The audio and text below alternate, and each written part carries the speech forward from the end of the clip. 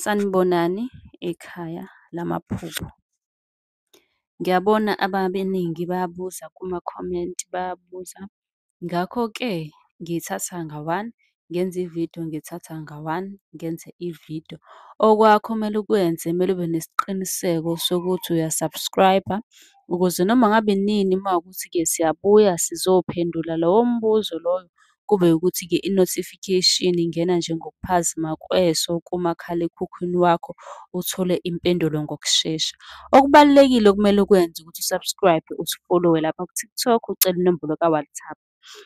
Namhlanje-ke sizokhuluma ngamaphupho akhomba ukuthi wena uzoceba okanye wena uzophumelela. Kahle kahle sizokhuluma ngamaphupho abika impumelelo, abika umcebo.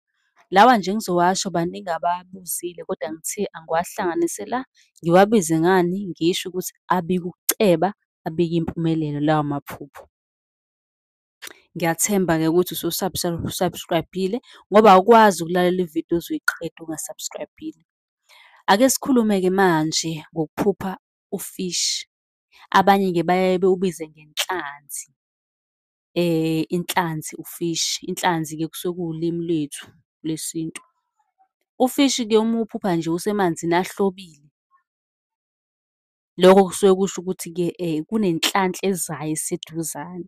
Njengoba ubona nje ufishi, amanzi ahlobile kuhlangene kundawonye, inhlanhla leyo, kunenhlanhla esendleleni ezayo okumele wena uyilindele okanye-ke uyaboniswa. Ngesikhathi esiningi sike sithi-ke amaphupho iy'bonakaliso, siyaboniswa. Ngakho-ke wena ububoniswa ukuthi-ke nansi inhlanhla, nakhu okuhle, nakhu umcebo uyeza. Ebese okulandelayo sikhuluma ngani? Ngezithelo. Izithelo-ke iy'ncazelo zakhona zihluke kaningi. Kunevidiyo-ke lapha ku-YouTube wethu unga-scroll-a nje, bengichaza nje ngey'thelo ukuthi ukuphupha zona kube kukuthini. Ukuphupha izithelo zizinhle zivuthiwe nje kahle hle. Lokho-ke kusuke kuyinhlanhla nempumelelo. Kusuke kuthi-ke kubika ukuthi khona inhlahla ezayo, khona impumelelo. Njengoba ngishilo ukuthi la sizokhuluma ngamaphupho abika umcebo nempumelelo. Uyabo? Uma nje uyibona nje usukha impela kuleso sihlahla kusho ukuthi leyo mpumelelo iseduzane kunenhlahla enkulu ezayo. Ake sidluleke lapho sesikhuluma ngani-ke manje? Ngezinombolo. Uma ezinombolweni-ke oziphuphayo kukhona unombolo 8, kusuke kusho impumelelo, kusho ushintsho empilweni yakho. Okusho ukuthi uma kuwukuthi ujwayele ukuphupha into ekanjalo, kahle kahle iy'nombolo uma uy'phupha nje kuke kuthiwa-ke ubokuvuka ekuseni uhambe uyodlala ilotho. Uwumuntu ka-Betway, uwumuntu ka-Hollywood, umuntu nje othanda ukudlala, ukugembula, kuthiwa woke uvuke uhambe uyogembula uwenze lezo zinto ngoba ngazuthi-ke khona ukukhanya, khona umcebo, khona inhlahla onayo. Kahle kahle bekuyisibonakaliso. Ebese siyadlula-ke sikhuluma ngesinkwa esi-brown bread. Leli phupho-ke lisho isinkwa ophiwa sona sokuphila izithunywa zakho. Leli phupho lisuke libika inhlanhla enkulu, inhlanhla nje ephenduliwe kodwa.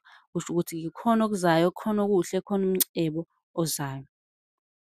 Ukuphupha inyoni le abayibiza nge-eagle, isuke leyo nyoni leyo ikhomba inhlahla nempumelelo ezovela emaphushini. Uyabo? Kusho ukuthi kukhulu okuzayo, kuney'nhlahla nje ey'zayo okumele-ke uzilindele kubika okuhle. Njengoba bengishilo ukuthi amaphupho la esikhuluma ngawo abika umcebo nempumelelo. Ake sidlule-ke manje sikhulume ngani? Impuphu. Ummbila. Lokho nakho kusuke kubika inhlahla, umcebo, kusho ukuthi kukhona okuhle okuzayo. Sidlule sikhulume ngamakhekhe ezinyosi. Lapho-ke kusuke kunesipho esizovela kwisithunywa sakho okanye kunempumelelo, kunokuhle okuzayo. Kahle kahle usuke uboniswa yisibonakaliso. Ake sidlule futhi-ke sikhulume ngobucwebe. Bathi ama-jewelries, gold and silver ngesiLungu basho kanjalo. Uphuphe nje lobo bucwebe lobo. Lapha-ke leli phupho lohlobo kusho ukuthi-ke kusanezinto okufanele uzenze ukuze ufinyelele kwisipho sakho obekelwe sona esisuka-ke kubantu abadala. Usuke ungumuntu onogazi nozothandwa imali nempumelelo ekuphilweni kwakho. Mhm. Uma-ke abathakathi bezohluleka ukuphambanisela izinto, kuye kuthiwa-ke futhi uma unesipho esikanjalo, abathakathi bajwayele ukudlalela ngakuwena, kuzomele-ke uqaphele. Sidlule njengoba bengishilo ukuthi namuhla sikhuluma ngani? Ngamaphupho abika impumelelo, abika umcebo. Sidlule sizokhuluma ngamakhekhe ombhako. Amakhekhe abhakwayo nje ngicabanga ukuthi sonke siyawazi, mhlampe ujeqa, mhlawumpe yini, lezi zinto ey'bhakwayo nje. Uma kuwukuthi-ke unephupho, ngoba ngike ngibone abaningi bebhala kumakhomenti, uthole ukuthi omunye uzothi mina ngiphiwe amatabunga, mina ngiphiwe lokhu, yabo izinto nje ey'bhakwayo, amagwinya, yonke leyo nto siyifaka la.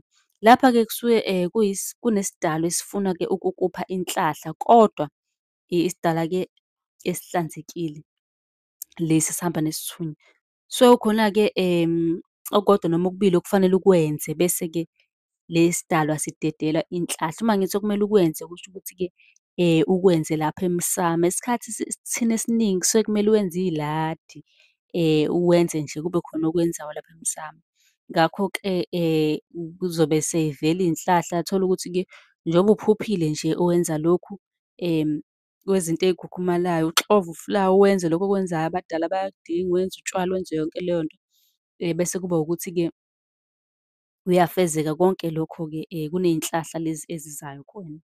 Sikhulume-ke ngemali emhlophe ekhanyayo. Uma uphupha uyithola endleleni leyo mali leyo, kusuke kusho uhambo lwakho oluzoba impumelelo.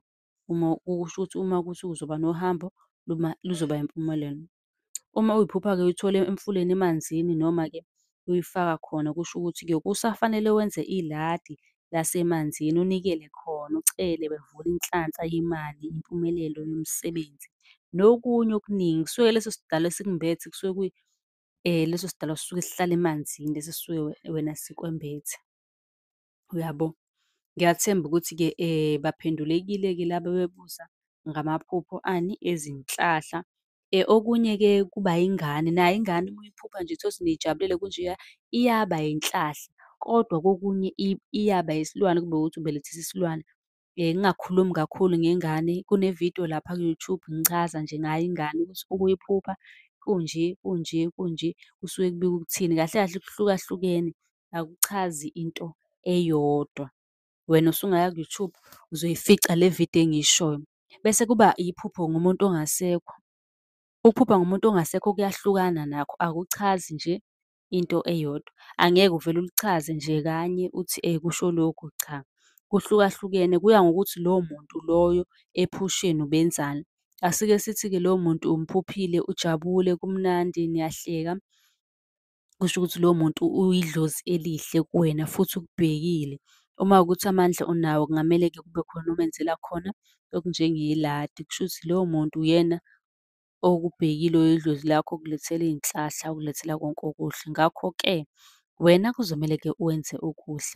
Ebese kuba ukuphupha uju. Uju esikhathini eliningi uma uliphupha lisuke libika inhlahla, libika impumelelo, kusho ukuthi khona okukhona okuzayo okuhle, lisuke libika lokho. Yini okunye? Uma uphupha ufishi, ufishi nawo uba inhlahla, bese kuba ihhashi. Uma uphupha ihhashi-ke nalo liyaye libike impumelelo, imali, usuke nalapho unenhlanhla. Bese kuba ukuthi-ke omunye osibhalele kwikhomenti uthi yena unokuphupha ephethe amaphepha amaningi, hlampe uyowasayina okanye-ke uyahamba, kungazuthi usemsebenzini okanye ufuna umsebenzi. Lelo phupho-ke lijwayelekile ukuthi liphuphwe umuntu, uthole ukuthi vele uy'funela umsebenzi vele, uwumuntu ojwayele ukufaka ama-C_V, uyawudinga nje impela kakhulu. Lapho-ke kusuke kumele usukume, lisuke likubonisa kahle kahle idlozi lakho liyakubonisa ukuthi sukuma uhambe uyowucinga lowo msebenzi ukhona ongowakho. Okwakho nje ukuthi ungalilahli ithemba, uqhubeke uma kuwukuthi ufaka ama-C_V, ufake ama-C_V, uqhubeke uhambe ungena ey'tolo, ungena la ongena khona, uhambe ucela umsebenzi. Wona ukhona kodwa udinga ukuthi wena usukume uhambe uwucinge. Bese kuba iy'namba ze-lotto okanye iy'namba noma iziphi. Lapho-ke kusuke kumele wena ugembule wenze lezi zinto ozenzayo, udlale i-lotto, wenze zonke lezo zinto ngoba kuney'nhlahla obekelwe zona. Ngiyathemba ukuthi-ke ababuzile baphendulekile. bengicela ukuthi siphuthume lapha ku-TikTok nisi-follow-we, ni-subscribe-e yonke indawo, bese niyasi-inbox-a ku-TikTok nicele inombolo ka-WhatsApp enizobuza kuyona njalo ekuseni. Nisale kahle.